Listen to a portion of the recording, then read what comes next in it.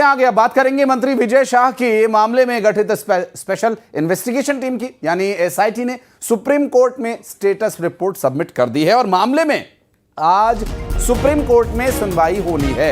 SIT की report Vijay Shah के वकील और सरकार के वकील को उपलब्ध कराई जाएगी और इस रिपोर्ट के आधार पर कोर्ट में चर्चा होगी। सुप्रीम कोर्ट के आदेश पर बनाई गई 3 आईपीएस अफसरों की एसआईटी ने इस केस से जुड़े सबूत और दस्तावेज इंदौर के मानपुर थाने से लेकर अपनी रिपोर्ट तैयार कर ली और एसआईटी ने 11 मई को रायकुंडा गांव में हुआ जो कार्यक्रम था उसके मंच पर मौजूद लोगों के बयान भी अपनी रिपोर्ट में दर्ज किए हैं।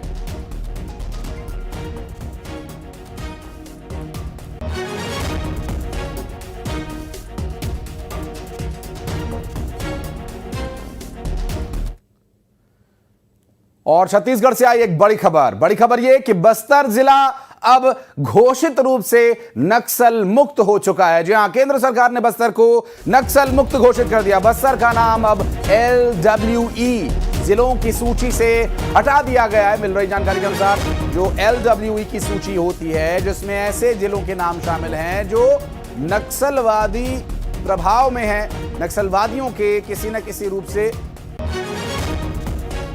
उनके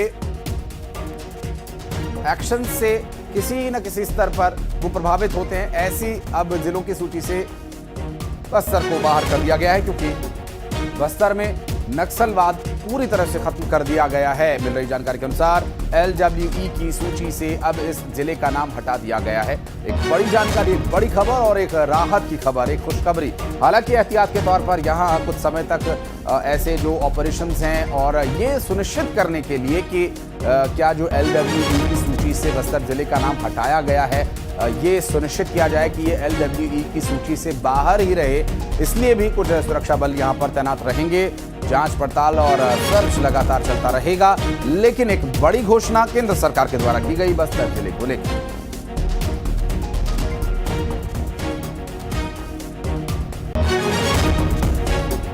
और भोपाल से बड़ी खबर, मध्य प्रदेश में अभी नौतपा के जो तेवर हैं वो नौतपा जैसे नहीं है क्योंकि लगातार आधे से ज्यादा प्रदेश में आंधी, बारिश और तूफान का आलम है। 15 जिलों में कल बारिश हुई थी। 30 बारिश भोपाल, इंदौर, उज्जैन में हुई थी। रायगढ़, मंडला, छिंदवाड़ा में भी प्री मानसून का असर देखने को मिल रहा है और आने वाले 5 से 6 दिनों में भी मौसम ऐसा ही बना रहेगा। यानी 9 दिन जो तपते थे अब वो 9 दिन बरसेंगे और हालात जो नौतपों के समय में देखे जाते थे वो नहीं देखने को मिलेंगे। हालांकि एक्सपर्ट्स का इस मामले पर अलग अलग कहना है।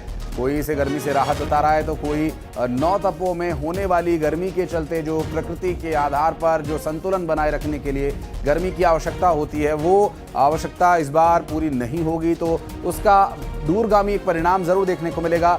और आने वाले समय में जो भविष्य में इसकी इस बदलाव की जो परिभाषा है वो बदल जाएगी और इस बदलाव से जो प्रभाव पड़ेगा वो प्रभाव भी कुछ अलग हो सकता है। हालांकि वर्तमान स्तर पर जो फौरी निकट भविष्य में राहत लोगों को मिलेगी उससे लोग जरूर खुश हैं। लोगों में जरूर इस बात को लेकर एक खुशी है कि 9 दिन जो भीषण गर्मी 40, 42, 45 तक पारा जाता था अब वो 35 से 38 और 30 से 35 के बीच रहने की संभावना है और हो सकता है कि हवा